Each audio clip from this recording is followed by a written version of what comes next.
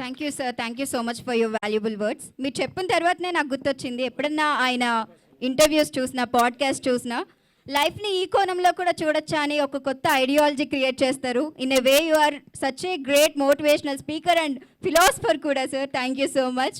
And yeah, hearty welcome to Prabhas Srinu గారు. Thank you so much అండి, మీ busy స్కెడ్యూల్స్లో కూడా ఇక్కడికి విచ్చేసినందుకు.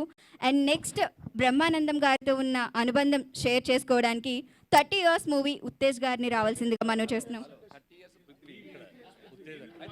అయితే ఒకటి నేను కూడా 30 years అవుతుంది వచ్చి. సారీ 30 years పృథ్వీ గారిని రావాల్సిందిగా కోరుతున్నాం. ఇప్పుడు ఉత్తేజ్ గారా పృథ్వీయా ఎవరు? ఇద్దరు కలిసి వచ్చిన ప్రాబ్లం లేదు సార్.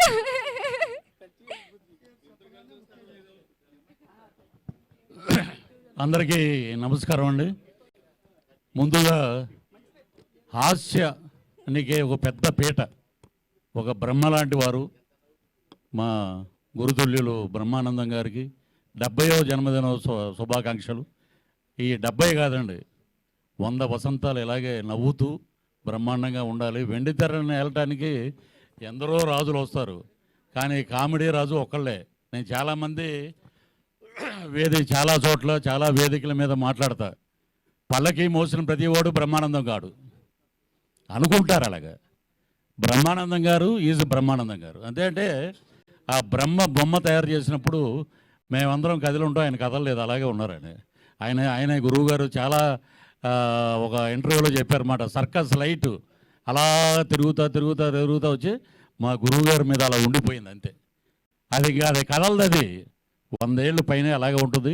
బ్రహ్మానందం గారి చరిత్ర గురించి చెప్పాలంటే అంత గొప్ప స్థాయి గల నటుడు కాదు నేను, కానీ వారు చేసినటువంటి పాత్రలు కానీ ఇవన్నీ ఒక ఎత్తు అయితే, మగుటం లేని మహారాజు ఏంటంటే నడవడిక, క్రమశిక్షణ, ఆయన ప్రవర్తన.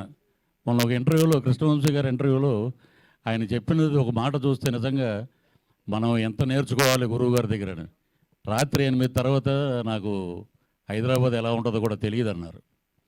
అది కొన్ని కోట్ల మందికి స్ఫూర్తిదాయకం అయిపోయింది. ఎరా నిజమా, 8 తర్వాత సినిమా వాళ్ళందరూ వేరు, బ్రహ్మానందం గారు వేరు. అలాగే ఆయన మీద అసలు మచ్చలేని మహారాజు ఎవరైనా ఉన్నారంటే ఇండస్ట్రీలో, దట్ ఈజ్ బ్రహ్మానందం గారు.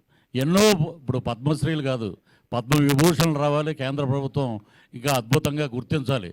ప్రపంచంలో ఇప్పుడు ఒక విరాట్ కోహ్లీ సెంచరీ కొట్టినా, ఏదైనా రికార్డు చేసినా ఈ పలానా రికార్డు ఇన్ని రన్స్ కొట్టారని ఉంటుంది, కానీ బ్రహ్మానందం గారికి కూడా అలాంటి రికార్డులు చాలా ఉన్నాయి. ఎప్పుడూ ఒకటే, హాస్యానికి మగుటం లేని మహారాజు. ఈ రోజున వారిని స్ఫూర్తి తీసుకుని చాలామంది నటులు కామెడీగా చాలామంది వారితో పాటు ట్రావెల్ చేసిన అదృష్టం మాకు దొరికినందుకు నిజంగా చాలా గొప్ప వరం.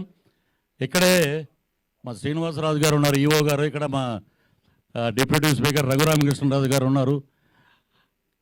తిరుమల వెంకటేశ్వర స్వామిని ఆద్యంతం భక్తి శ్రద్ధలతో మనఃపూర్వకంగా నేను బ్రహ్మానందాన్ని నేను అనే మాట లేకుండా అందరూ బాగుండాలి, అందులో నేను ఉండాలని పూజ చేసి మాట్లాడే ఆ భగవంతుడితోటి సన్నిధానంలో కూర్చుని ఆ ధ్యానం చేసే ఫోటో ఈరోజు వచ్చింది. అది గూగుల్లో ఆయన కూర్చుని మెడిటేషన్ చేస్తుంటే నిజంగా ఏంటంటే ప్రపంచంతో సంబంధం లేదు, మా ఇంట్లో ఏ దేవుళ్ళు ఉండరు, ఓన్లీ వెంకటేశ్వర స్వామి ఫోటో, నిలువెత్తు ఫోటో ఉంటుంది. అదే ఆయన మంచితనానికి మారు పేరుకి నిదర్శనం. ఇంకా చాలామంది స్టాండప్ కామెడీ అంటారు. 41 సంవత్సరం అయింది ఇప్పటికీ. దూరదర్శన్లో బస్సు టికెట్లదండి ఆయన చేసిన ఇది. మాకు అక్కడ తాడేపల్లిగూడెంలో విజయ టాకీస్ అనేవి ఉంది, అక్కడ రాజుగారు అని ఉంటారు స్టిల్ ఫోటోగ్రాఫరు. ఆయన ఇద్దరే వ్యక్తుల గురించి చెప్పారన్నమాట. ఇప్పటికీ నాకు గురువుగారిని చూడంగానే గుర్తొచ్చింది. ఒకటి, పున్నమనగర్ రిలీజ్ అయినప్పుడు చిరంజీవి గారు పెద్ద స్టార్ అయిపోతాడు అంటే పక్కన వాళ్ళందరూ ఊరుకోరా నువ్వు అని అన్నారు. ఆయన మెగాస్టార్ అయిపోయాడు, ఊహించిన ఎత్తులో ఉన్నారు. అలాగే ఆ స్టాండప్ కామెడీ చూసి దూరదర్శన్లో వచ్చేటప్పుడు ఈయన చింపేస్తాడరా మొత్తం అన్నారు. మా జిల్లాలో 9 సంవత్సరాలు లెక్చరర్గా పనిచేశారు గురుగారు కరెక్ట్. కాబట్టి మా పశ్చిమ గోదావరి జిల్లాలో ఉన్నారు కాబట్టి జిల్లాకి పెద్ద పేరు వచ్చింది. మా ఇంటికి 4వ ఇల్లు రేలంగి వెంకటరామయ్య గారు. అలాగే ఒక బ్రహ్మానందం గారు. అత్తిలి వెళ్తే బ్రహ్మానందం గారి పేరు అసలు మారు మోగిపోద్ది.